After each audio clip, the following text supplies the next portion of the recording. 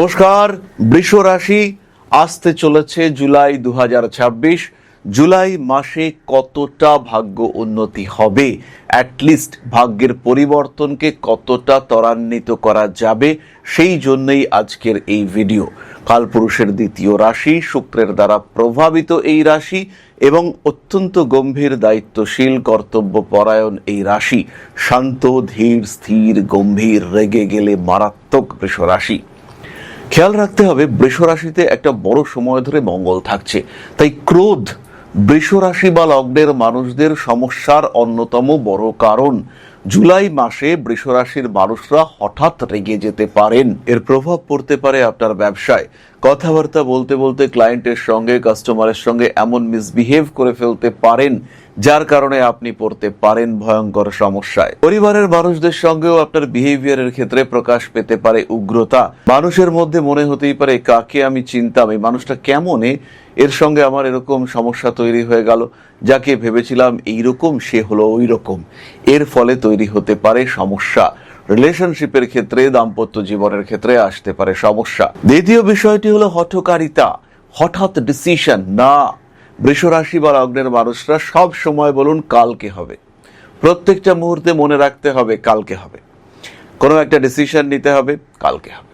কোনো একটা কাজ করতে হবে, কালকে হবে। মোবাইল ফোন কিনতে গিয়েছেন, কাল কিনবো, আজকে দেখুন, কালকে পারচেস করবেন। দোকানে গিয়েছেন টিভি কিনতে, টিভি পছন্দ হয়ে গিয়েছে, কাল কিনবো। এই কালকের জন্য ডিলে করাতে হবে। যে কোনো কিছুর ক্ষেত্রে হঠকারিতা, এটা করা যাবে না।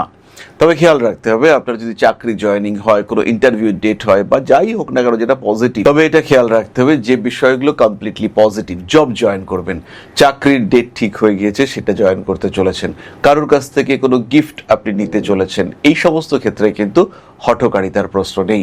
হঠাৎ সিদ্ধান্ত, এটা আপনাকে বুঝতে হবে। রাস্তা দিয়ে যাচ্ছিলেন, হাত থেকে ফোনটা পড়লো এবং ফোনের স্ক্রিনটা ভেঙে গেল।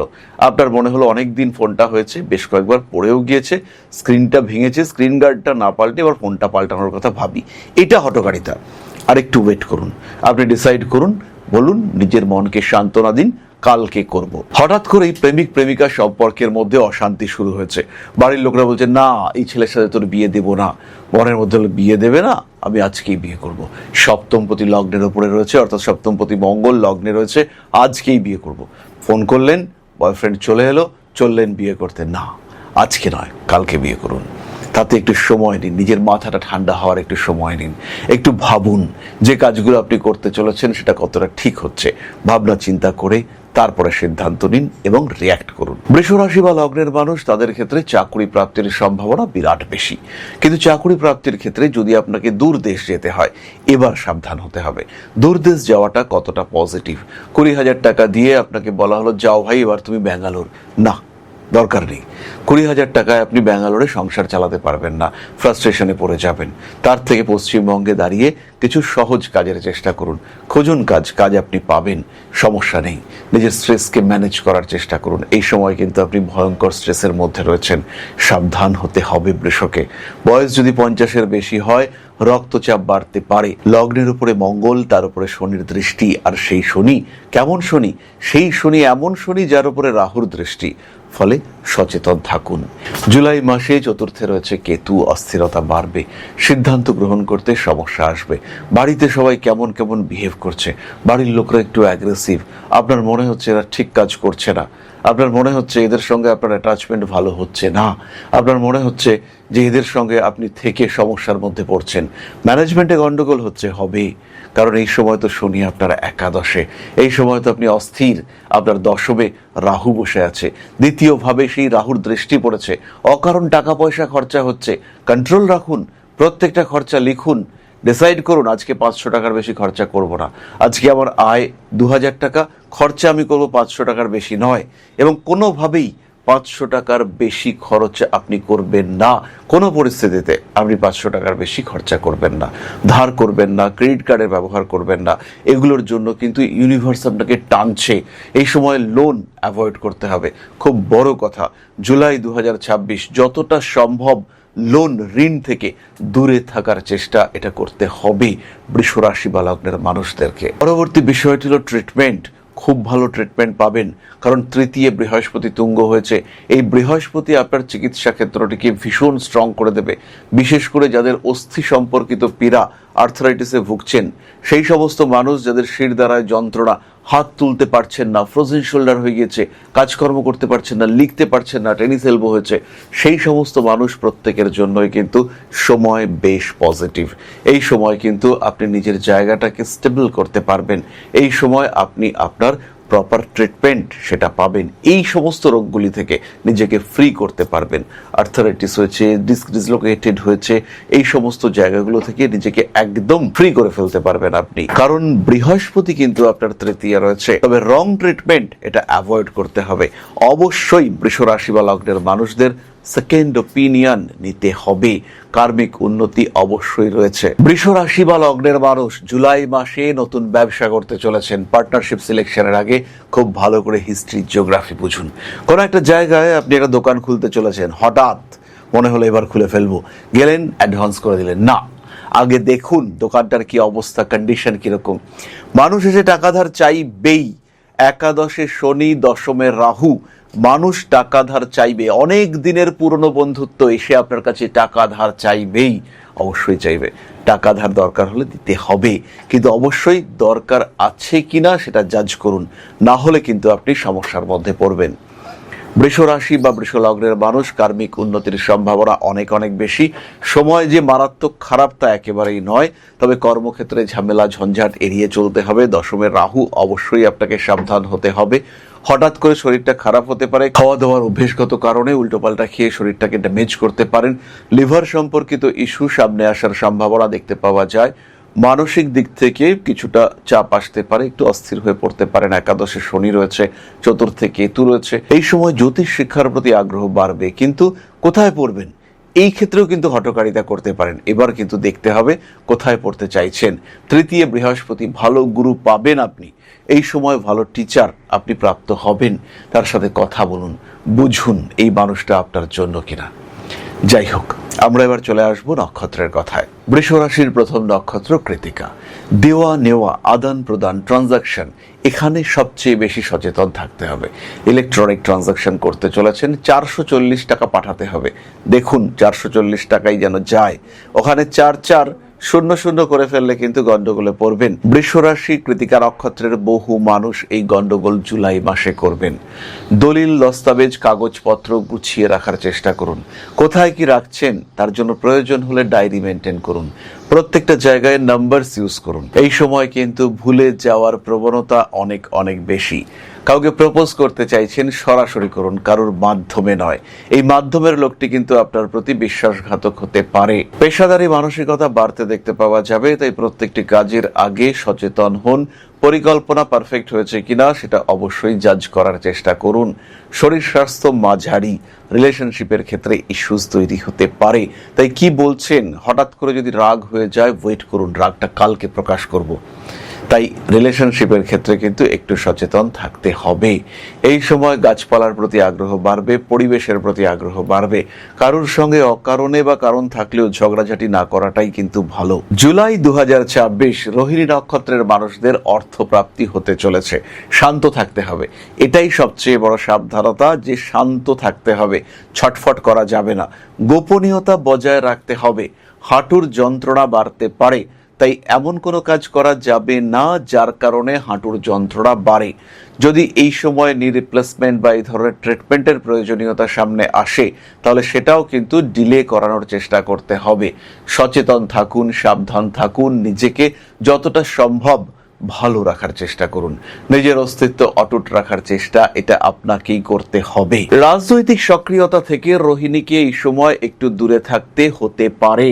এই সময় কিন্তু কোনো বন্ধুকে কোনো গোপন কথা বলেছেন, সেটা প্রকাশিত হওয়ার একটা সম্ভাবনা তৈরি হতে পারে।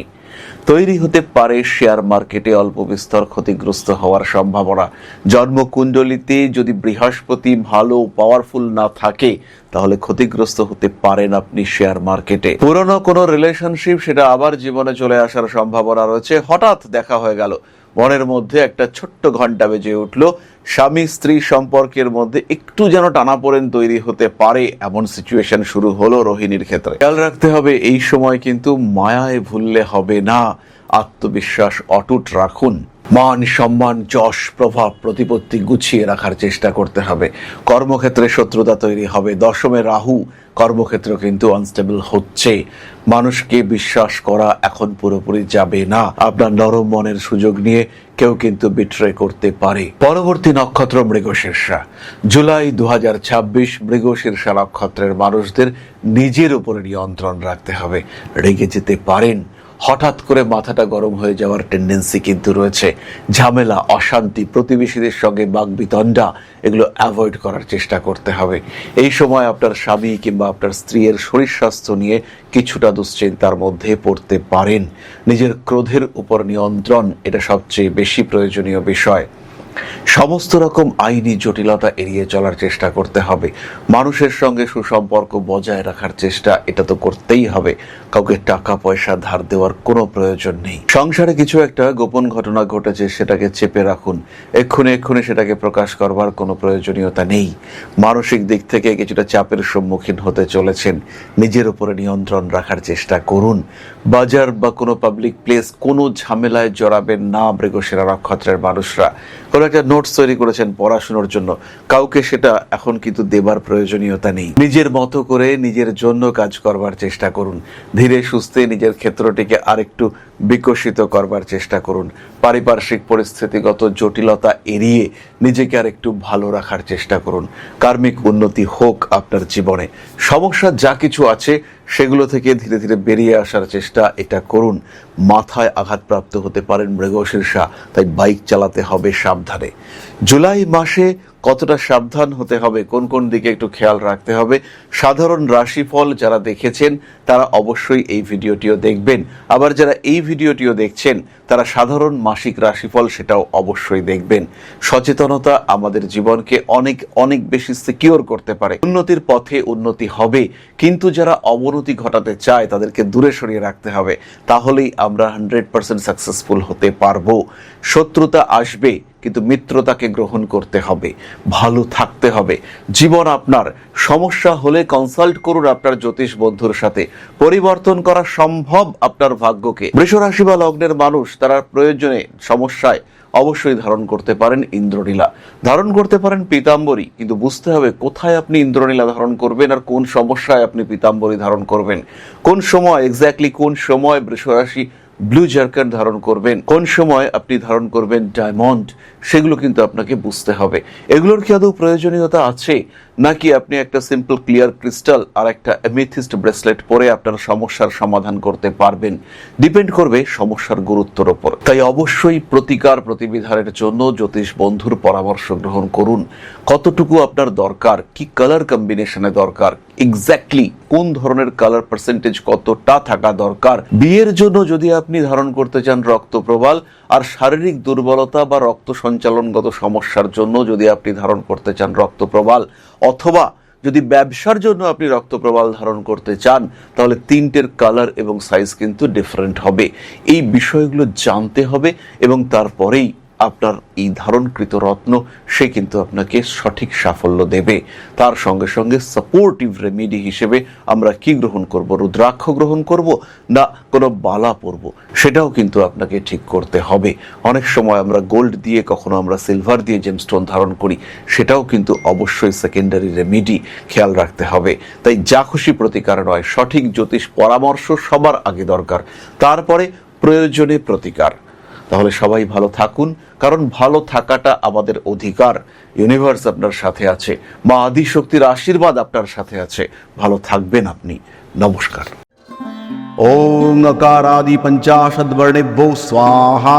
ओं प्रतिपादादि तिथिभ्यो स्वाहा। ओं कृष्णपक्षाय स्वाहा।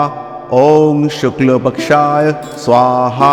ओं अमावस्याय स्वाहा। ओं पूर्णिमाय स्वाहा।